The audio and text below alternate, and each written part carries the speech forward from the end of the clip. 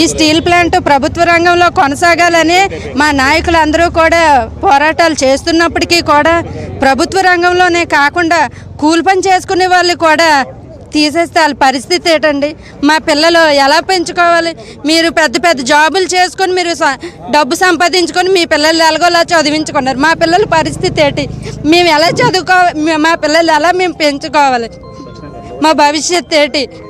4000 మంది కుటుంబాలు బయటను పడితే మా పరిస్థితి ఏంటనేసి ఈ కేంద్ర ప్రభుత్వానికి మేము వెల్లడించుకుంటున్నాము. ఎందుకంటే మా విశాఖ స్టీల్ ప్లాంట్ లేకపోతే మేము ఎలా బతకాలి? మా పరిస్థితి ఏంటి? మా భూములు ఇస్తాం, మా భూములు ఉన్నా సరే ఈరోజు మేము వ్యవసాయం చేసుకునైనా బతికేవాళ్ళం. ఇప్పుడు ఆ భూములు తీసుకొని మా ఏదో ఉద్యోగాలు లేకపోయినా కూలి పని అయినా చేసుకొని బతుకుతున్నాం. అలా కూలి పని కూడా లేకుండా చేసేస్తే మా పిల్లలు మేము ఎలా బతికించుకోవాలి?